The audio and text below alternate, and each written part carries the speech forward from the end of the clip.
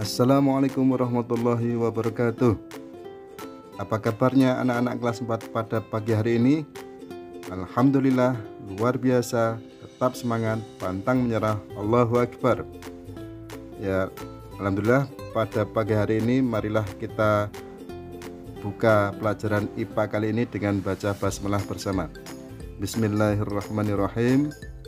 Ya, pelajaran IPA kali ini masih bab 1, yaitu bagian tubuh hewan dan tumbuhan. Kemarin sudah kita bahas bagian tubuh hewan, yang pertama mamalia, yang kedua burung. Nah, kita akan membahas pada pagi hari ini nomor 3 reptilia dan keempat amfibi. Kita mulai yang nomor 3, reptilia. Reptilia itu merupakan hewan melata yang memiliki kulit bersisik. Hewan melata itu hewan yang merayap, ya, merayap. Kaki atau perutnya itu menempel ke tanah, ya.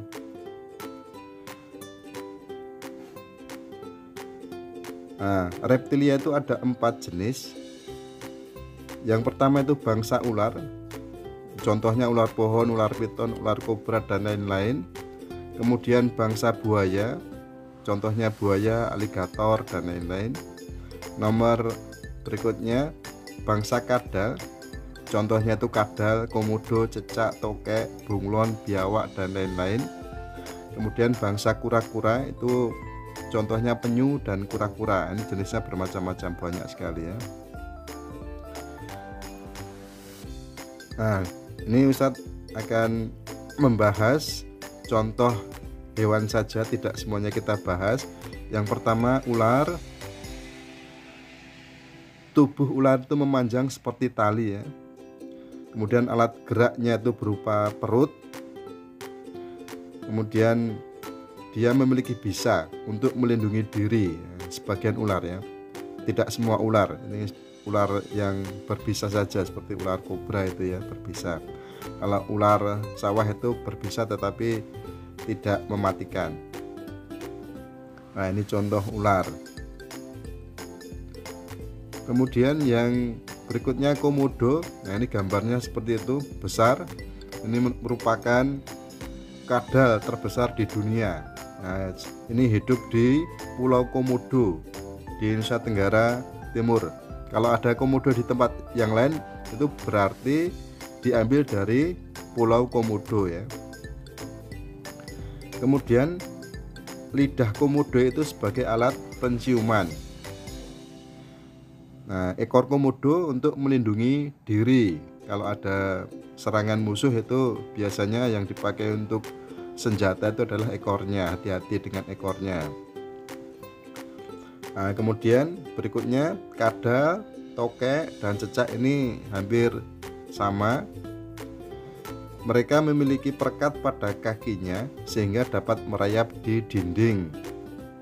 Nah, kemudian mereka juga memiliki kemampuan autotomi, yaitu memutuskan ekornya ketika terancam bahaya untuk mengelabui musuhnya. Jadi kalau ada kucing umpamanya mengejar cecak, itu biasanya cecak akan melepaskan ekornya, sehingga dia akan selamat. Kucing kemudian akan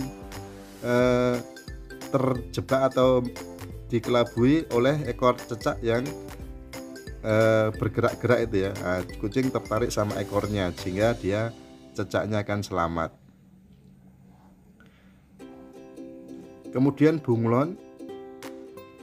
Bunglon memiliki kemampuan mengubah warna kulit sesuai warna lingkungan. Nah, kemampuan ini disebut mimikri, ya.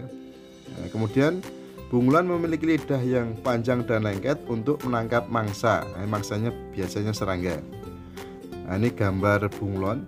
Bunglon ini warnanya bisa hijau, bisa hitam, tergantung dia nempel di mana, ya. Nah, ketika dia makan, dia menangkap serangga, maka lidahnya itu bisa sangat panjang.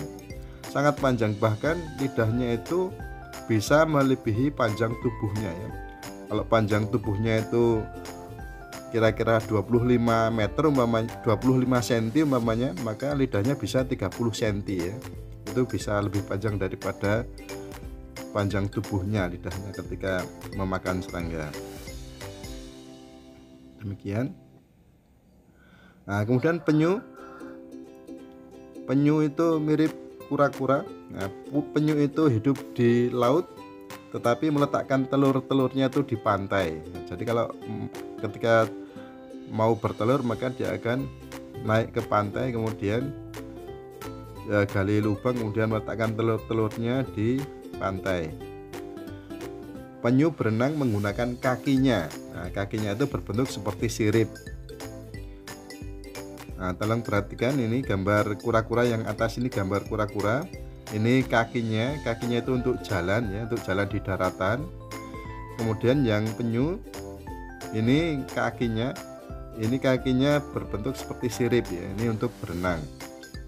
Mereka penyu dan kura-kura memiliki pelindung tubuh ya, namanya cangkang ini ya, cangkang yang di atas itu cangkang, sangat keras ini cangkangnya ya. Kemudian amfibi yang nomor 4, kita sudah beralih ke amfibi.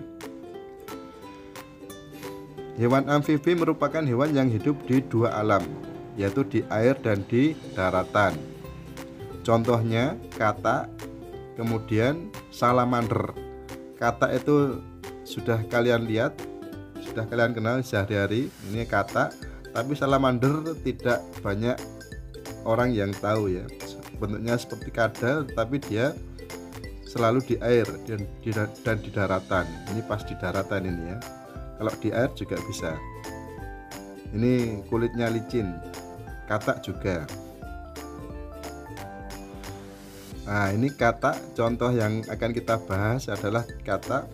Katak itu mengalami metamorfosis, yaitu perubahan bentuk dan fungsi tubuh. Kulit katak basah dan licin untuk membantu pernafasan. Kaki belakang katak lebih panjang untuk melompat ya. Selaput pada jari kaki katak itu untuk berenang. Nah, metamorfosis pada katak. Nah, ini katak ketika bertelur kemudian menetas, telur itu menetas akan menjadi berudu. Kemudian berudu tumbuh menjadi berudu berkaki 2. Nah, setelah itu kemudian menjadi berudu berkaki 4. Setelah